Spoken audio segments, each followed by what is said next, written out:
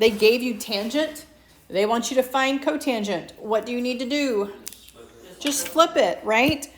So my cotangent is just going to be the reciprocal. 10 over the square root of 15. Now I can't leave it like that. What do I need to do to that square root of 15? Yeah, I need to rationalize it here. So that's going to be 10 square root of 15 over 15. Outsides can reduce. So can I reduce the 10 and the 15? Yes. What goes into both of those? 5.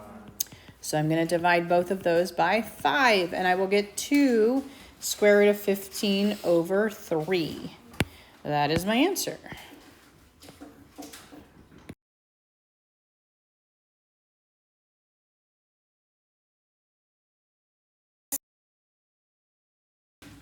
It wants you to use your Pythagorean identities. They want us to solve for sine and tangent. They have given us cosine.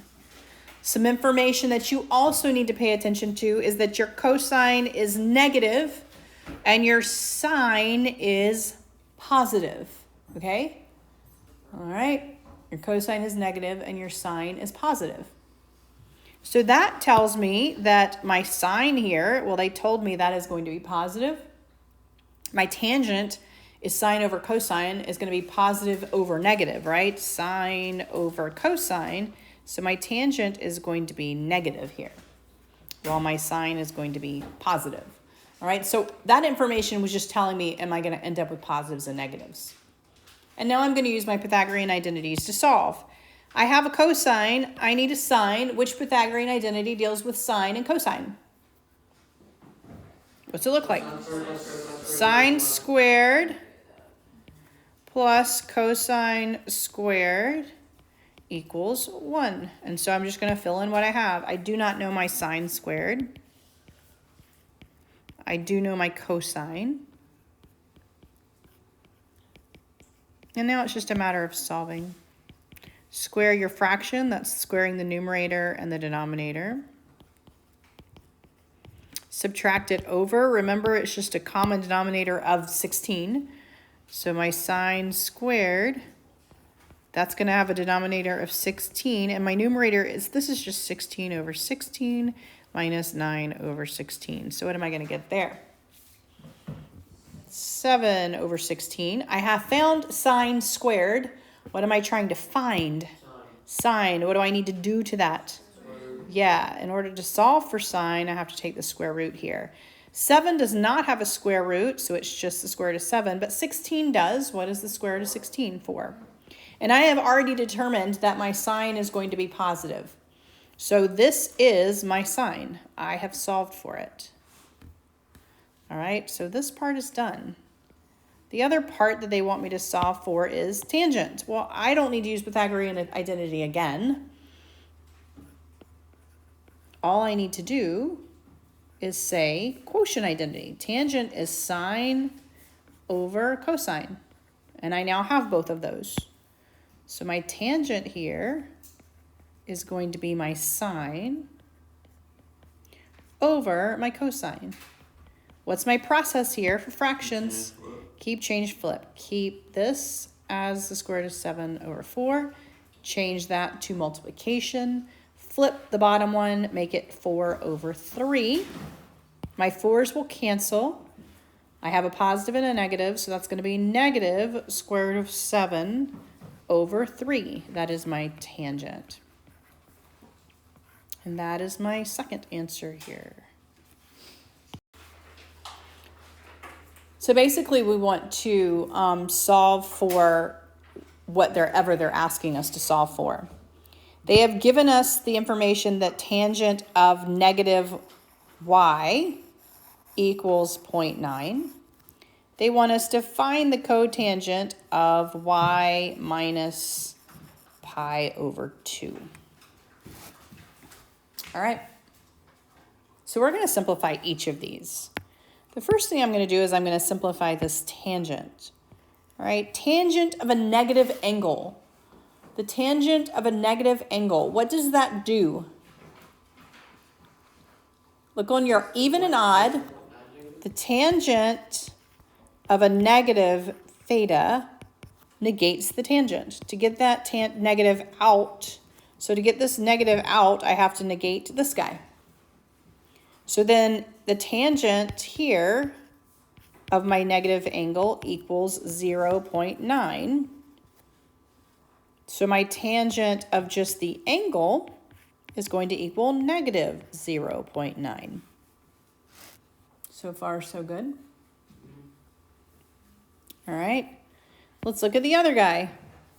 I have the cotangent of y minus pi over 2. That is not my cofunction identity. My cofunction identity is pi over 2 minus y. So how do I flip that around? What do I need to pull out of that? I need to take out a negative. So this is the cotangent of negative pi over 2 minus y. What's the cotangent of a negative angle do to my cotangent? The cotangent of a negative angle, it works the other direction too. So remember, the cotangent of a negative angle equals the negative cotangent of that angle, right? So I can rewrite this guy and put the negative out here. So that's the same thing as negative cotangent of pi over 2 minus y. All right, this should look familiar here. That is my cofunction. Now, cotangent of pi over 2 minus theta is the same thing as what? Tangent, right?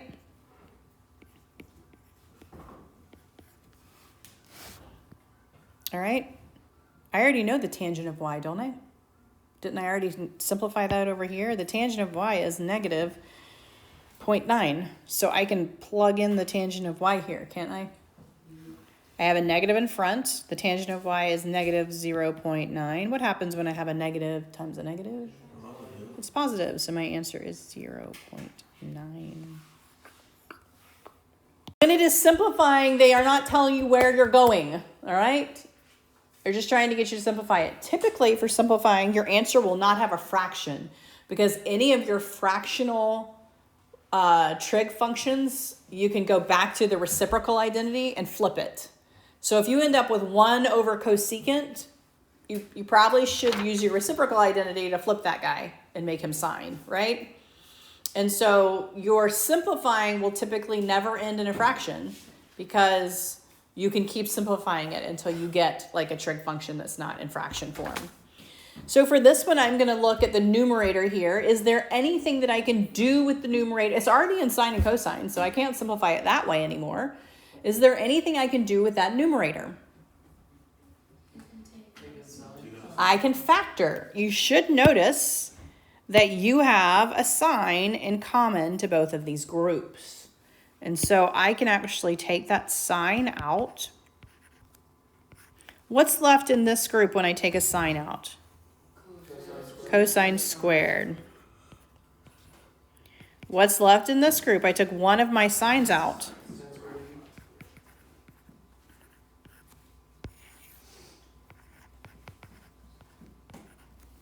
All right, so then this should look just painfully familiar.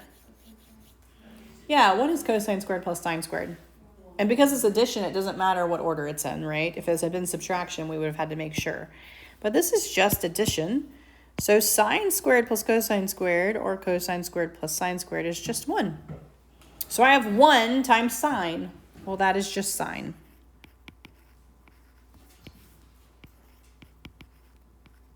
What can I do here? I can reduce, right?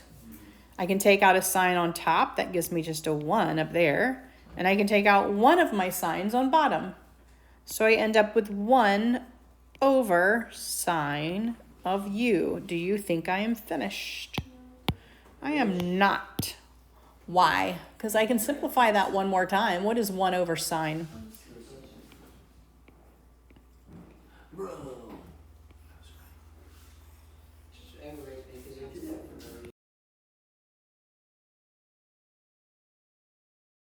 All right, so there's a couple ways you could potentially do this particular one. All right, You could get a common denominator, or you could rewrite everything in sine and cosine. Y'all want to do common denominator? Yeah. All right. Wait. All right, so we'll do it the sine cosine way first, and then we'll do it common denominator way, and I'll show you both ways. All right. So if I do sine cosine, I would have this is sine squared. It's going to stay the same. Okay.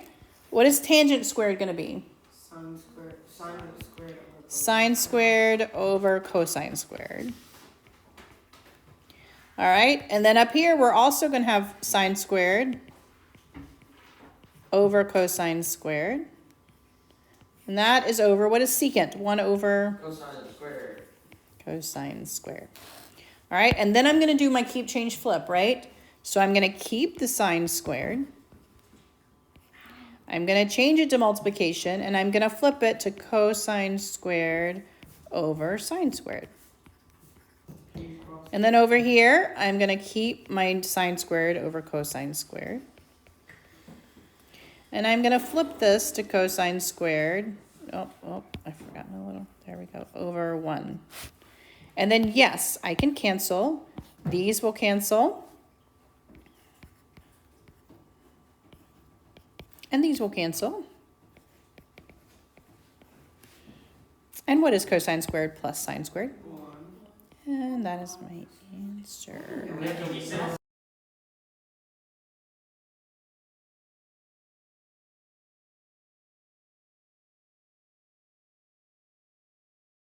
All right, so what is cotangent as sine and cosine? It is cosine over sine. Cosine x over sine of x. All right. What is tangent?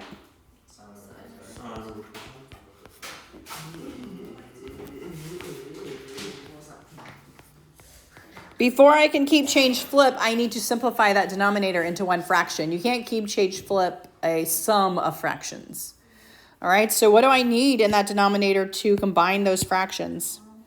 I need a common denominator. Remember our butterfly method, the common denominator is just cosine times sine. So to get this side, I need to multiply top and bottom by sine, right? In order to get this one, I need to multiply top and bottom by cosine. So my numerator will stay the same. My numerator is going to be cosine x over sine of x. In my denominator, I have sine times sine. What is this guy? Sine squared. And then plus cosine cosine. That sounds familiar. All over sine cosine, yes? All right, I can simplify that denominator just a smidge more, can't I? I'm going to bring him up here. All right, so my numerator is still cosine over sine. What is this sine plus cosine? 1. So I have 1 over sine x cosine x. All right, it is keep, change, flip, right? Keep, change, flip. Next one. All right, what do I do with fraction over fraction? Keep this guy the same. Change to multiplication, flip this to sine cosine over 1. What can I do here? I can cancel out my sine. These cancel. Oh, helps to. There we go. Cosine times cosine equals cosine squared of x. Yes, that is what I was trying to get. My tangent, that's going to be sine over cosine, right? My cotangent is going to be cosine over sine. And I'm going to leave this alone for right now. Okay? How do I simplify that numerator? What do I have to have? Common denominator. Yeah, and this actually ends up being almost identical, but you just have 2 different ones. All right, so my common denominator is going to be sine cosine, so I have to multiply this by sine. And I have to multiply this by cosine. All right, so I end up again with sine squared plus cosine squared over my sine cosine.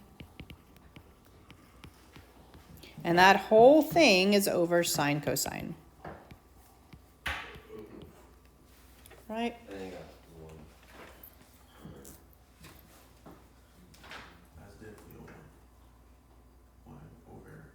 Mm-hmm. 1 on sine. Sine with fish. All right, so I end up with 1. Fish. 1 on top over sine Fish. cosine. Cosine. And I keep change flip. Keep change flip. So keep that numerator, multiply and flip to 1 over sine cosine. Wait, what did So does this help you, I guess is my question. No, because we're just somewhere we don't really need. Okay, so here's what didn't help us. Here's what didn't help us, changing this to a 1. That's where it was like, because we need the this. It didn't help us.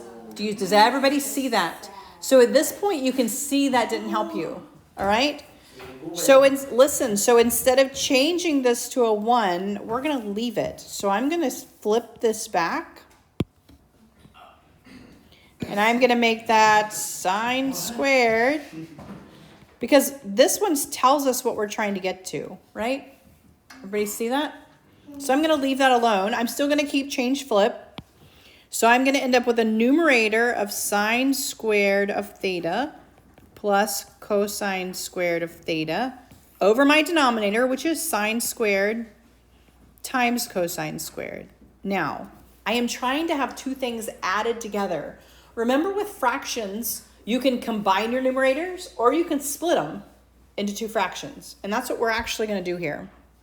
So we are going to make this sine squared over my denominator